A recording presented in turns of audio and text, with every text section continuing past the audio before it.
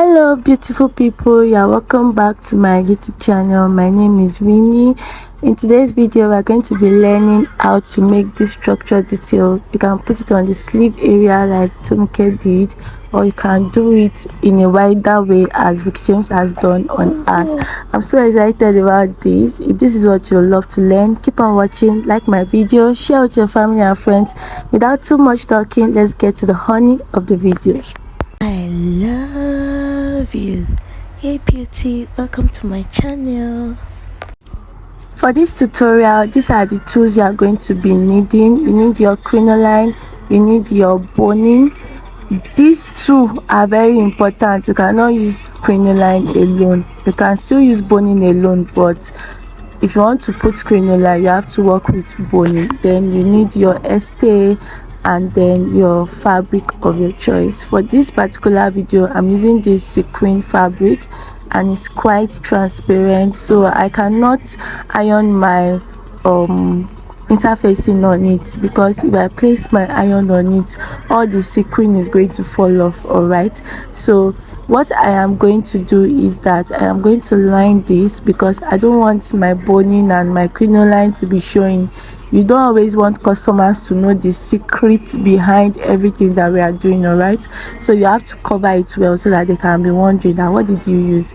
So now I'm not going to be adding interfacing to this. Assuming you are using a doll face or Ankara fabric, you can add your interfacing before putting your lining. So I'm gonna add to put my lining on this, and I am going to place it together like this. On fold is 3 inches.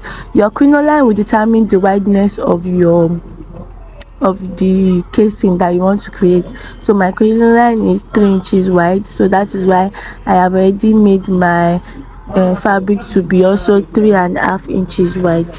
I made the wideness 3.5 because you use some to stitch it together and then you leave some for ease. So I've gone ahead to stitch it together and then I am turning it inside out right now. So I'm not going to be doing any ironing on this because it's a sequin fabric and I don't want all the sequins to fall off. But if you are using a plain fabric, you are going to place it like this, such that the part that you sewed is on one side of the fabric and then you place your iron on it. So this is going to be the right side. The part that does not have the sewing part is going to be the right side. So what I'll do is that I'm going to close one side like this, as you can see me doing like this, and then I'm going to show you the next steps. So I've gone ahead to close one side and then this is how it is looking. So I went ahead to measure out the length, and that is the length I am going to be using to cut my crinoline. I made one mistake in this video, and that mistake was that I pulled my crinoline when I was measuring it. So don't do that mistake. If you pull your crinoline when you are taking your measurements, it's going to be shorter by the time you are going to be needing it. So make sure as much as possible that you do not pull your crinoline when you are measuring it. So I measured the crinoline, I doubled it, and then I'm going to stitch it on both sides. So I'm gonna ahead to stitch it on both sides, and the next thing you are going to be doing is to sew your boning on both sides like so. The boning is what will give your fabric structure. All right, without the boning it's not going to make sense. See, I'm gonna ahead to sew the boning and see how structured it looks. So now the part that is the rough edge of the crinoline, I'm just using my paper tape to tape it down so that it's not going to be, you know, poking the person by the time they wear it. And once I was done doing that, I went ahead to insert it into the casing that I created. All right, see what I was talking about. I pulled my crinoline when I was measuring it, so it was shorter.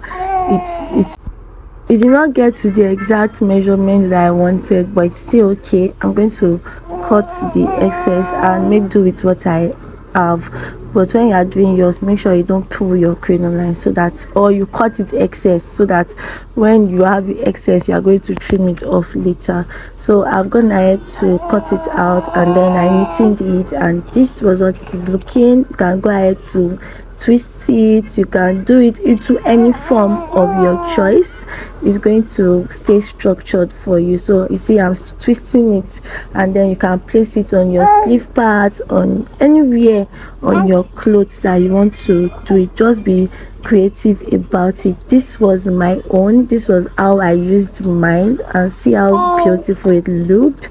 So I hope this video was helpful. If it was, give it a like, share my videos, drop your thoughts and questions in the comment section down below, and I'll be more than glad to answer it. Till I see you in the next one. I love you and I care. Bye.